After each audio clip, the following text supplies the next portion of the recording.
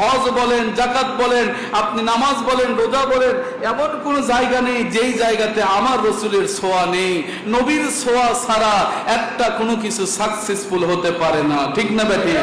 এই জন্য নবীকে যারা মাইনাস করে হজ করতে চায় তাদের কশ্চিন কালেও কোনোদিন হজ কবুল হবে না। মনে রাখেন, যারা বলে, আমি আপনাদেরকে গত জুমাতেও বলেছি, যারা বলে মক্কাতে যাও হজ করতে, মদিনে যাওয়ার দরকার নাই, এদের হজ তো হবেই না, বরং নবীজির সাথে বেয়াদবি করার কারণে আনতাহাবাতা আমালুকুম, তাদের জীবনের সমস্ত আমল ধ্বংস হয়ে যাবে।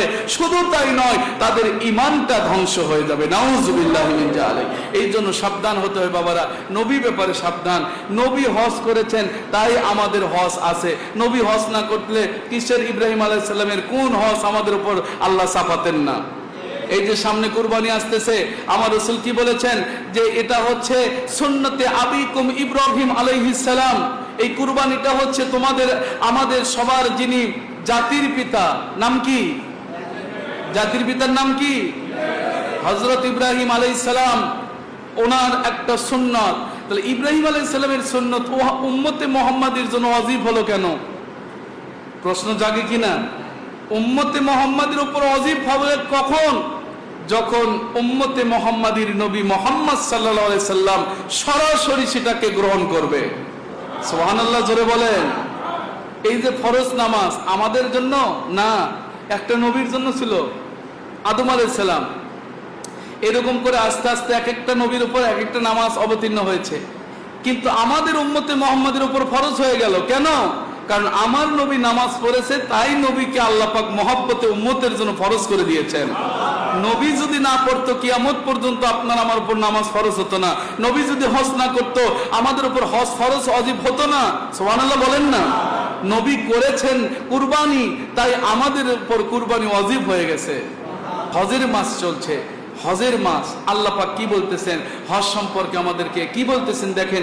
কোরআনুল কারীম সরাসরি যেগুলোতে আইন করেছেন, ল করেছেন, কানুন দিয়েছেন, এগুলোর বিষয়ে কারো কলম বাজানোর সুযোগ আছে? এখন যাদের অর্থ সম্পদ তাদেরকে অবশ্যই হজ করতে হবে, কিন্তু এখন হজ করতে যাচ্ছেন, আপনি যাওয়ার সময় চিন্তা করতেছেন যে আমি তো হজ করতে যাব, মানুষ এসে আমার নামের আগে আলহাজ ডিগ্রি লাগাবে। কথা কয় না। চিন্তাধারা যদি এমনটা হয়, গেছে আগেই গেল। পরের হক নষ্ট করেছেন, হক বলে এবার বান্দার হক নষ্ট করেছেন, আপনার বোনের হক নষ্ট করেছেন, ভাইয়ের হক নষ্ট করেছেন, এতিম ভাতিজার হক নষ্ট করে আপনি গেছেন হজ করতে। আল্লাহ যদি বলে দিত, এরকম করে কন্ডিশন রাখতো যে হাজর আসদ পাথরের জবানটা যদি খুলে দেওয়া থাকতো, ও বলতো এই তোদের মতো বেঈমানের গুনাহ টেনে নিয়ে আমি নিজেকে ভারী করতে পারবো না। কথা বলেন না কেন? এই জন্য খুবই সাবধান। হজ করতে যারা যায় তাদেরকে আমি অনুরোধ করব, আপনার অবশ্যই মাল এবং সম্পদ উভয়টা যেন হালাল পন্থায় উপার্জিত হয়। হালাল পন্থায় উপার্জিত মাল দিয়ে যদি কেউ হজ করে, আল্লাহর বন্ধু বলেছেন ও হজ করে ফিরলো এমন কন্ডিশন যেন তার মা তাকে এই মাত্র জন্ম দিয়েছে, এমন কন্ডিশন করবে। কারণ কি?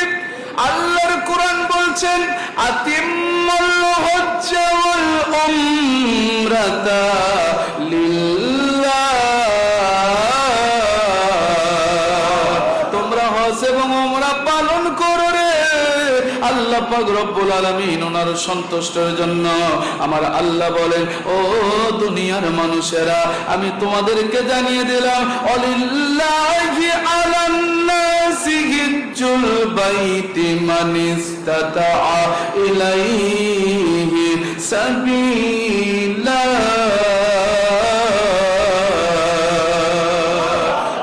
আল্লাহ তোমাদেরকে জানিয়ে দিলাম হজ করার জন্য যদি তোমাদের সামর্থ্য থাকে, দেরি করো না, করো না, করো না, তাড়াতাড়ি হজ করে নাও। কারণ হজ করতে গেলে আমি আল্লাহ অফুরন্ত নিয়ামত তোমাদেরকে দেব।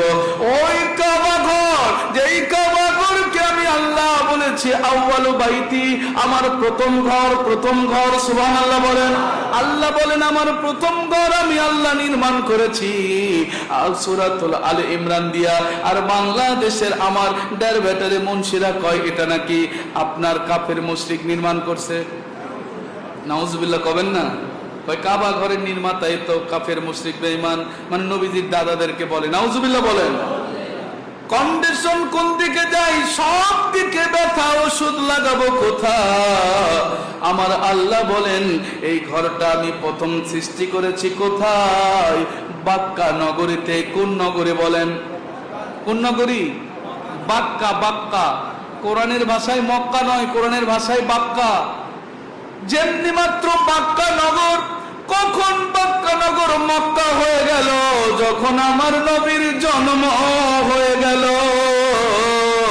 আমার নবীর মোহাম্মদের মহাব্বতে আমার আল্লাহ কাবা ঘরের জায়গাটাকে বাক্কা থেকে মক্কা বানিয়ে দিলে। মদিনার নাম ছিল ইয়াসরিব। মদিনার নাম কি? আগে কি মদিনা ছিল? কিন্তু আমার নবীর মহব্বতের, মিমের মহব্বতে আল্লাহ পাক মদিনা, আপনার ইয়াসরিবকে মদিনাতে রূপান্তরিত করে দিয়েছেন। একটু সুবহানাল্লাহ বলেন। চিন্তা করেন বিষয়টা কত গভীর। এই বিষয়টা কত গভীর। বাক্কা নগরীকে আল্লাহ পাক মক্কা বানিয়েছেন মুহাম্মদ সাল্লাল্লাহু আলাইহি সাল্লামের মিমের কারণে। ইয়াসরিবকে আমার আল্লাহ পাক মদিনা বানিয়েছে আমার মুহাম্মদ সাল্লাল্লাহু আলাইহি সাল্লামের মিমের মহব্বতে। আমার আল্লাহ পাক মাকাম ইব্রাহিম, শুধু ইব্রাহিম দিলে হয়ে যেত, মাকাম ইব্রাহিম সেটিং করেছেন আমার নবীর মহব্বতে। একটু সুবহানাল্লাহ বলেন। কন্ডিশন কোন জায়গা থেকে, হজ বলেন, যাকাত বলেন, আপনি নামাজ বলেন, রোজা বলেন, এমন কোন জায়গা নেই যেই জায়গাতে আমার রসুলের ছোঁয়া নেই। নবীর ছোঁয়া ছাড়া একটা কোনো কিছু সাকসেসফুল হতে পারে না। ঠিক না বেটি? এই জন্য নবীকে যারা মাইনাস করে হজ করতে চায় তাদের কশ্চিন কালেও কোনোদিন হজ কবুল হবে না। মনে রাখেন, যারা বলে, আমি আপনাদেরকে গত জুমাতেও বলেছি, যারা বলে মক্কাতে যাও হজ করতে, মদিনে যাওয়ার দরকার নাই, এদের হজ তো হবেই না, বরং নবীজির সাথে বেয়াদবি করার কারণে আনতাহাবাতা আমালুকুম, তাদের জীবনের সমস্ত আমল ধ্বংস হয়ে যাবে। শুধু তাই নয়, তাদের ঈমানটা ধ্বংস হয়ে যাবে। নাউযুবিল্লাহি মিন যালিক। এই জন্য সাবধান হতে হয় বাবারা, নবী ব্যাপারে সাবধান। নবী হজ করেছেন তাই আমাদের হজ আছে। নবী হজ না করলে কিসের ইব্রাহিম আলাইহিস সালামের কোন হজ আমাদের উপর আল্লাহ চাপাতেন না? কথা বল না কেন? এই যে সামনে কুরবানি আসতেছে, আমার রাসূল কি বলেছেন যে এটা হচ্ছে সুন্নতে আবিকুম ইব্রাহিম আলাইহিস সালাম। এই কুরবানিটা হচ্ছে তোমাদের, আমাদের সবার যিনি জাতির পিতা, নাম কি? জাতির পিতার নাম কি? হযরত ইব্রাহিম আলাইহিস সালাম, ওনার একটা সুন্নাত। তাহলে ইব্রাহিম আলাইহিস সালামের সুন্নাত উম্মতে মুহাম্মাদের জন্য ওয়াজিব হলো কেন? প্রশ্ন জাগে কিনা? উম্মতে মুহাম্মাদের উপর ওয়াজিব হবে কখন? যখন উম্মতে মুহাম্মাদির নবী মুহাম্মদ সাল্লাল্লাহু আলাইহি সাল্লাম সরাসরি সেটাকে গ্রহণ করবে। সুবহানাল্লাহ জোরে বলেন। এই যে ফরজ নামাজ আমাদের জন্য না, একটা নবীর জন্য ছিল, আদম আলাইহিস সালাম। এরকম করে আস্তে আস্তে এক একটা নবীর উপর এক একটা নামাজ অবতীর্ণ হয়েছে। কিন্তু আমাদের উম্মতে মুহাম্মাদের উপর ফরজ হয়ে গেল কেন? কারণ আমার নবী নামাজ পড়েছে, তাই নবীকে আল্লাহ পাক মহব্বতে উম্মতের জন্য ফরজ করে দিয়েছেন। নবী যদি না পড়তো কিয়ামত পর্যন্ত আপনার আমার উপর নামাজ ফরজ হতো না। নবী যদি হজ না করতো আমাদের উপর হজ ফরজ ওয়াজিব হতো না। সুবহানাল্লাহ বলেন না। নবী করেছেন কুরবানি, তাই আমাদের উপর কুরবানি ওয়াজিব হয়ে গেছে। কারণ আল্লাহর কোরআন বলে আতাকুমুর রাসূলু ফাখুযুহু ওয়া মা নাহাকুম আনহু ফান্তাহু। আমার নবী তোমাদেরকে যা আদেশ করে রে দুনিয়ার মানুষেরা এটা দেরকার করো না, কাল বিলম্ব করো না। আমার নবী যা তোমাদেরকে আদেশ করে সাথে সাথে মেনে নাও। অমানাহাকুম, আমার নবী যা নিষেধ করে সাথে সাথে ছেড়ে দাও। আমি আল্লাহ তোমাদেরকে আইন করে দিলাম নবীর কথাগুলো। এই জন্য ইমাম আহমদ ইবনে হাম্বল রাহমাতুল্লাহি আলাইহি বলে, রে দুনিয়ার মুসলমানেরা, আমার নবী যা আইন করেছেন, যা বলেছেন উম্মতের জন্য তাই ফরজ। একটু সুবহানাল্লাহ বলেন না। তিনি যা বলেছেন এই আয়াতে কারিমার ভিত্তি দিয়ে ইমাম আহমদ ইবনে হাম্বল রাহমাতুল্লাহ আলাইহি বলেন সবগুলো ফরজ। নবীর কথা সব ফরজ। দেখেন ফরজ নামাজ পড়বেন, তাও নবীর একটা সুন্নাত আদায় হবে। একটু সুবহানাল্লাহ বলেন। কেমন করে না? আপনি যে নবীর এই সুন্নাত আদায় কেমনে হবে? কারণ নবী তো ফরজ নামাজও পড়েছে, আর নবী যেটা পড়েছে উম্মতের জন্য ওটাও একটা সুন্নাত। আল্লাহু আকবার বলেন।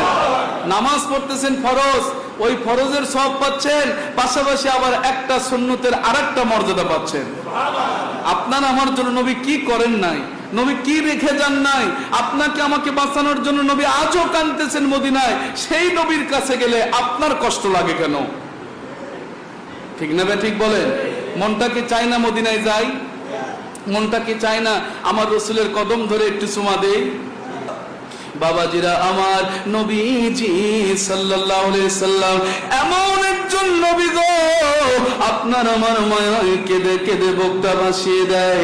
এই জন্য যখন কোন আশিক রাসূলেরা আমার রাসূলকে বাংলার জমিন থেকেও যদি সালাম দেয়, আমার নবীজি বলে, আমার আল্লাহ আমাকে শাহেদ নবী কেমন করে বানাইছে রে দুনিয়ার উম্মতেরা।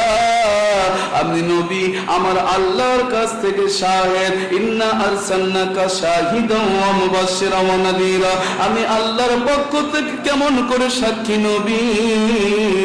আমার আল্লাহ আমাকে ডানে যত দূর দেখায়, বামে তত দূর দেখায়, আমাকে সামনে যত দেখায়, পেছনে তত দেখায়।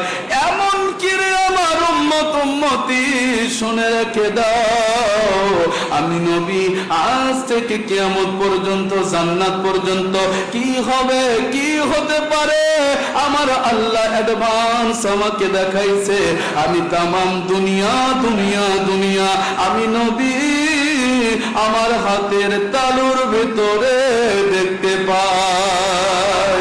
ওই নবীকে কেমনে বলে যাও মুসলমান, যেই নবী তোমার বিপদের কান্দার, যেই নবী তোমার সুপারিশের ভান্ডার। সুবহানাল্লাহ বলেন। যেই নবী আমার সর্বাধিক বিবাদ থেকে হজ কবুল করতে গেলে নবী ছাড়া হজ হবে না। আপনি যখন হজ করতে যাবেন, কাবা ঘর তাওয়াফ করবেন, এর ভেতরে হুব্বি রাসূল সাল্লাল্লাহু আলাইহি ওয়াসাল্লাম মিনাল ঈমান, এর ভেতরে নবীর প্রেমটা রাখতে হবে। আমি মাকামে ইব্রাহিমে যাব, আমার নবীর জন্য যাব। আমি সাফা মারওয়া সাই করব, ইন্না সাফাল মারওয়াতা মিন শাইনিল্লাহ। আমি সব কিছু করব আমার আল্লাহর নবীর জন্য করব। আমি আমার সব হাজর আসওয়াদ পাথরে চুমা দেব, আমার নবীর জন্য চুমা দেব, কারণ আমার নবী চুমা দিতে বলেছে, নবী চুমা দিয়েছে। সুবহানাল্লাহ বলেন। যেই আমল করি না কেন আমি কুরবানি করব, আমার নবী করেছে তাই করব। এই মহব্বত ভালোবাসা দিলের ভেতরে যদি রাখতে পারেন মুসলমান, মনে রাখবেন কিয়ামতের দিন আপনি যখন কবরে চলে যাবেন, মৃত্যুর পরে আপনাকে বলতে হবে না মান হাদার রাসূল, আপনাকে বলতে হবে না নবিয়ুনা মুহাম্মদুর রাসূলুল্লাহ। আমার নবী অ্যাডভান্স আপনাকে উম্মত হিসেবে স্বীকার করবে। এইভাবে নিজের জীবনটা কি করা যায় না বাবা? যেইভাবে জিন্দেগি করলে আমার নবীজি খুশি হয়। কেমন করে নিজের জিন্দেগি গঠন করবেন গো?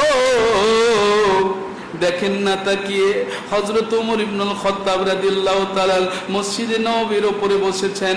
নবীর কত মহব্বত, মদিনাতুল মুনাওয়ারার কত দাম। সুবহানাল্লাহ বলেন। মসজিদে নববীতে বসে বসে তিনি ওয়াজ করতেছেন, খুতবা দিচ্ছেন। এমন সময় মদিনার মাটিগুলো থরথর করে কেঁপে উঠল। এমন সময় হযরত ওমর ইবনুল খাত্তাব রাদিয়াল্লাহু তাআলা ওনার হাতে থাকা খুতবার লাঠিটা নিয়ে দৌড় দিলেন নবীজির রওজার পাশে। সুবহানাল্লাহ বলেন। আশিকদের সর্বশেষ ঠিকানা, সুবহানাল্লাহ কবেন না? আশিকদের সর্বশেষ ঠিকানা কোথায়? নবীজির রওজা মোবারক। এই জন্য আমি একজনকে জিজ্ঞেস করেছিলাম যে ভাই আপনি তো তরিকতপন্থী মানুষ, মাইন্ড করবেন না, ডোন্ট মাইন্ড, আমার কথা মাইন্ডে নেবেন না। আমি একজনকে বলে ফেলেছিলাম যে আপনি তো তরিকতপন্থী মানুষ, আমি ওহাবি খারেজিদের হজ আমি ধরতেছি না। কথা বলেন না কেন? ওরা হজ করাও যা না করাও তা, ইমান না থাকলে, অ্যাকাউন্ট না থাকলে, ব্যাংকিং এ টাকা রাখলে কি টাকা থাকে নাকি? ঠিক তেমনি ইমান না থাকলে যতই নামাজ রোজা হজ যাকাত করুক, কিয়ামতের দিন কিছুই পাবে না, এমপি হিসেবে উঠবে। আমি সুন্নিয়তের মানুষদেরকে এই কথা বারংবার বলি, সুন্নিয়তের মানুষের শেষ ঠিকানা হলো মদিনাতুল মুনাওয়ারা। সুবহানাল্লাহ বলেন। মদিনা আমার জান, মদিনা আমার প্রাণ, মদিনাতে আছে আমার জানের জান, মদিনাতে আছে আমার প্রাণের প্রাণ। ঠিক না ঠিক বলেন? মদিনা হচ্ছে আমাদের শেষ ঠিকানা। তো সেই জায়গাতে যখন আপনি গিয়েছেন ভাই, বলেন তো সর্বশেষ ঠিকানা থেকে কি নিয়ে এসেছেন? কথা বলেন না। উম্মতের জন্য সর্বশেষ ঠিকানা মানে আল্লাহ পর্যন্ত তো আমাদের যাওয়ার ক্ষমতা নাই, মানে আল্লাহ নিজে বলেছেন যা উকা, নবী আপনার কাছে আসবে। ফাস্তাগফিরুল্লাহ ওয়াস্তাগফিরুল্লাহুর রাসূল লাওয়াজাদুল্লাহু তাওয়াবার রহিমা। সূরাতুল আপনি নিসার 64 নম্বর আয়াতে কারিমা আল্লাহ জানিয়ে দেয়, 4 নম্বর সূরা 5 নম্বর পারা মদিনা অবতীর্ণ আইন। আমার আল্লাহ বলতেছে নবী আমার কাছে আসতে হবে না, আপনি নবীর কাছে আসবে। আপনি নবীর কাছে এসে তারা কি করবে? ফাস্তাগফিরুল্লাহ, আমি আল্লাহর কাছে ইস্তিগফার করবে। ওয়াস্তাগফিরুল্লাহুর রাসূল, আপনি যদি সেই ইস্তিগফারকে গ্রান্টেড করেন, লাওয়াজাদুল্লাহু তাওয়াবার রহিমা, আমি আল্লাহ তারপরে তওবা কবুল করব। আগে যাওয়া লাগবে নবীর কাছে, ও চলে গেছে আল্লাহর কাছে। কথা করছেন না কেন? আমি বললাম নবীর কাছে গেলেন, শেষ ঠিকানা থেকে কি নিয়ে আসলেন? কয় কিছু তো বুঝিনি। আমি তাহলে আপনার লবডঙ্গা পাইছেন, কিছু পাননি আপনি। নবীর কাছে গেলে খালি হাতে কেউ ফেরত আসতে পারবে না। এটা হচ্ছে তরিকতপন্থীদের জন্য ওয়াজ। কথা বলেন না কেন? তরিকতপন্থীদের শেষ ঠিকানা মদিনা। মদিনাতে যাবে, কিছু না কিছু আনবে, কিছু না পাইলেও আমার নবীজির দিদার নিয়ে আসতে হবে। আপনি যাবেন না হুটহাট করে খালি শুধুমাত্র যাচ্ছেন আর চলে আসতেছেন, লাভ নাই। আবার অনেকে মনে করতেছেন হুজুর আমি তো গরিব, আমার তো অর্থ নাই, টাকা নাই, পয়সা নাই। কেন? আপনার কিছু থাকা লাগবে না। আপনার দুইটা চোখ আছে না? বলে আছে। বসেন আপনি বাড়িতে, বসে আপনি রসুলের উপর মহব্বতে বারংবার মুরাকাবা মুশাহাদা করতে থাকেন। আপনার দিনের পর দিন, রাতের পর রাত, বছরের পর বছর, মাসের পর মাস আপনি কাটিয়ে দেন, নবীর প্রেম করতে করতে কাটিয়ে দেন। আপনার একদিন না একদিন আমার রসুল আপনার সাথে দিদার দেবেই দেবে, না দিয়ে নবী থাকতে পারবে না।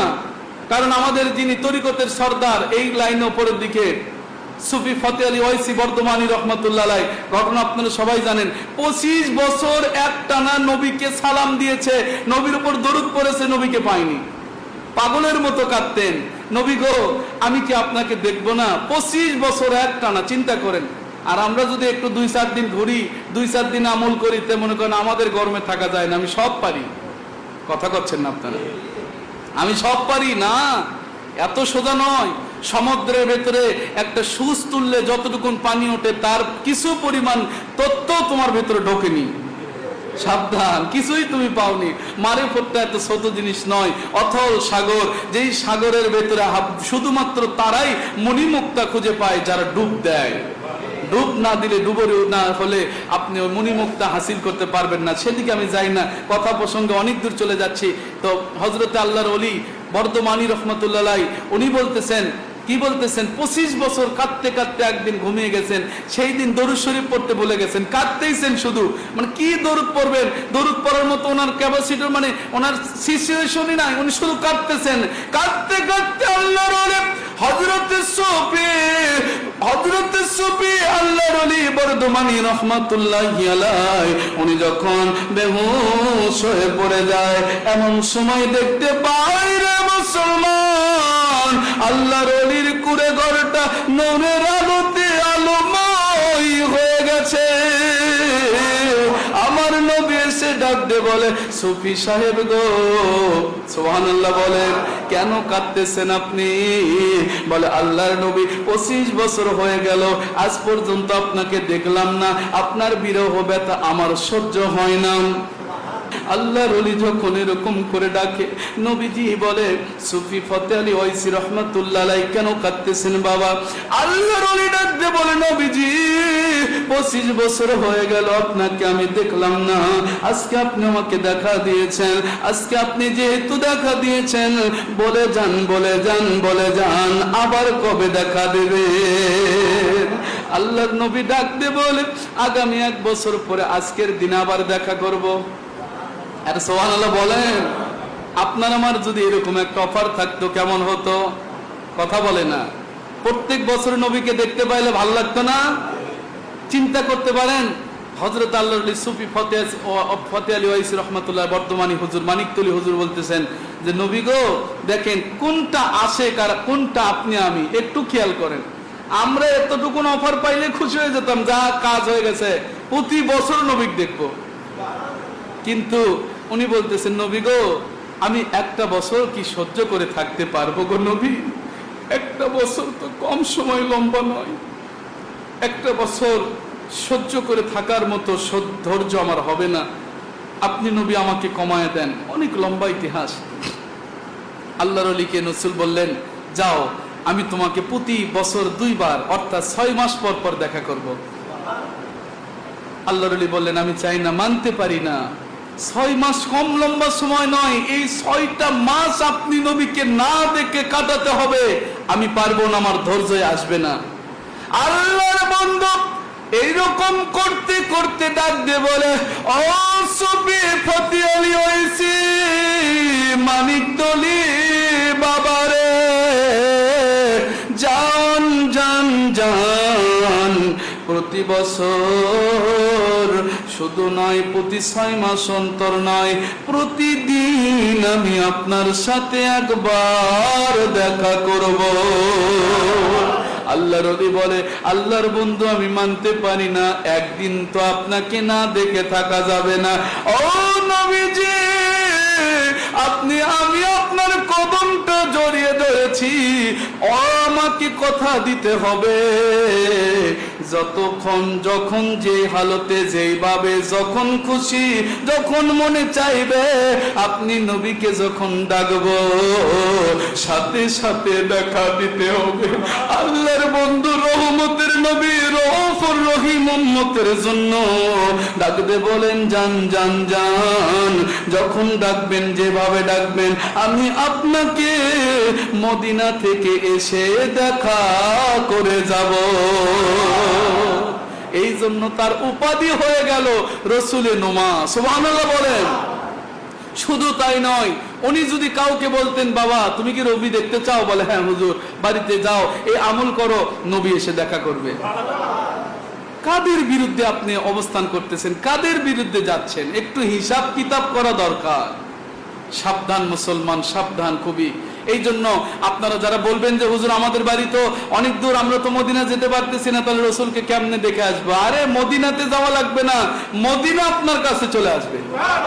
এমন জিন্দেগি গঠন করেন, মদিনাওয়ালা আপনার কুড়ে ঘরটা আলোকিত করবে, আপনার সাথে দেখা করবে। নবীজি শুধু আসবেন না, তার আহলে বায়াতকে নিয়ে আসবেন, সাহাবীদেরকে নিয়ে আসবেন। কমের পক্ষে কাউকে না আনলে ইমাম হাসান হোসাইনকে ছাড়বেন না, তাদেরকে নিয়ে এসে আপনার সাথে সাক্ষাৎ দিদার দিয়ে যাবেন, আপনার সাথে মোলাকাত করবেন।